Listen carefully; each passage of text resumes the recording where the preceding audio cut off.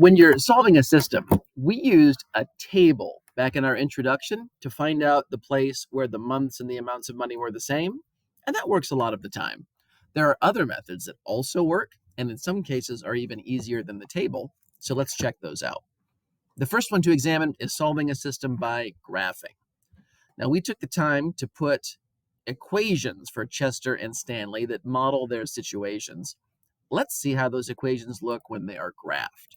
Starting with Chester, y equals 20x plus 390. I think I want to make Chester's equation red so I can see it. I notice, though, that I don't actually see it. I mean, my goodness, there's no graph on my screen anywhere. Now, you can zoom out a little bit until you see the line. That's perfectly good. I like to set my own window, and this does take some practice. You want to put numbers in for the, if I click the wrench, I want to put numbers in for the x's and y's so that I can see the parts of the graph that I care about. For example, we know that the amounts of money they're saving are in the hundreds of dollars.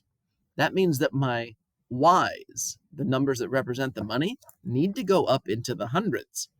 And right now, take a look. My y only goes up to about 53. That's just not high enough. So I'm going to go here to the top of the y range and just make it a bigger number. Let's say 800.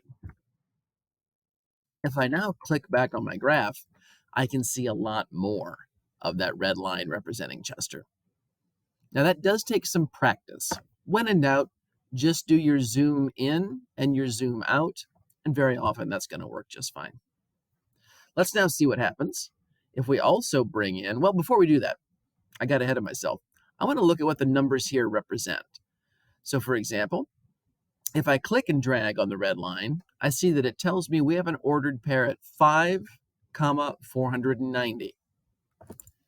Well, the X number represents months, so after 5 months, Chester has saved $490.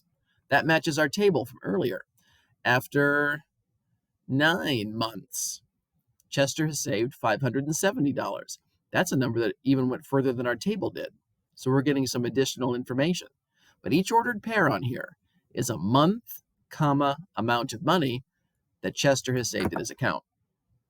Let's do the same now for the other brother. So for Stanley, as I move this over, so Stanley's equation, y equals 50x plus 180. And I want to make this a different color.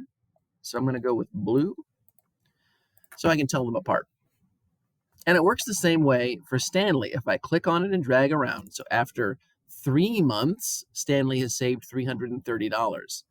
After 4 months, he has saved $380. So every point on the red line is Chester's money over time. Every point on the blue line is Stanley's money over time. So what's happening right here where they cross each other? That's a point that is shared between the two graphs. That's the point where they have saved the same amount of money at the same time. And after 7 months, they both have $530. One of the reasons I like the graphing method so much is that it's so easy to see where your solutions are. We just look where the lines cross each other. Let's now fill out this portion of the toolkit. We're going to focus mainly on systems of 2 equations.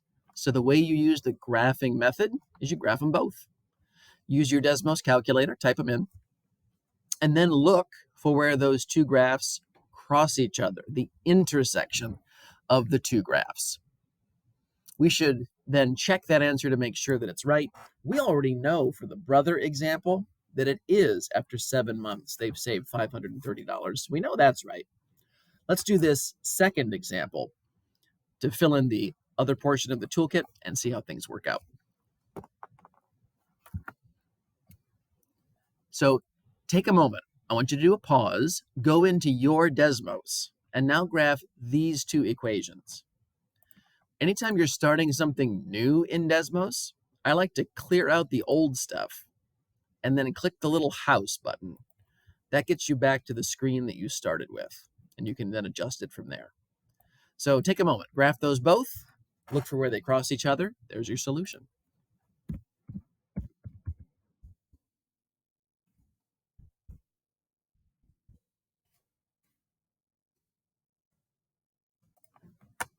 Okay, I hope your equations look like mine. The colors may be different. The colors don't matter.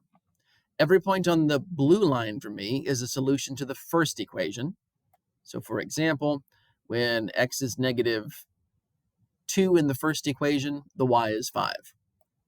Every point on the red line is an ordered pair that solves the second equation. So when x is 4, y is 2, makes the second equation true. What's happening right here? That's the ordered pair that is on the blue line and on the red line. Makes them both true at once. So over here off to the side, I have a little grid, and this is not going to be perfectly accurate. I'm kind of just getting the gist. So here's my negative 2x plus 1. Here's my x minus 2, and I'm looking for where they cross each other, which is at the ordered pair 1, negative 1. That's the really nice thing about Desmos, is you can click on the dot where they cross. It'll give you that gray dot, and it'll give you those coordinates exactly. So that's our solution. I want to now check and make sure that that actually does make both of these equations true. Let's check the top one first. I should be able to put negative 1 in for the y and positive 1 in for the x. Now just thinking it through, negative 2 times 1 is negative 2, plus 1 is in fact negative 1, but I want to double check on my calculator just to be sure. Negative 2 times 1 plus 1, sure enough, gives a result of negative 1. So yes, the first equation checks out. Let's do the same thing now for the second one. Y equals x minus 2, so I should be able to put this negative 1 in for the y, the positive 1 in for the x, and then let's see if those are the same. 1 minus 2, yeah, 1 minus 2 is negative 1.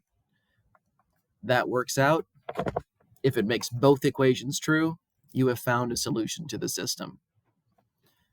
Okay, the recap: to solve by graphing, given two equations, graph them both, look for where they cross, and then check by putting the x in for the x, the y in for the y, and make sure you get a true statement both times.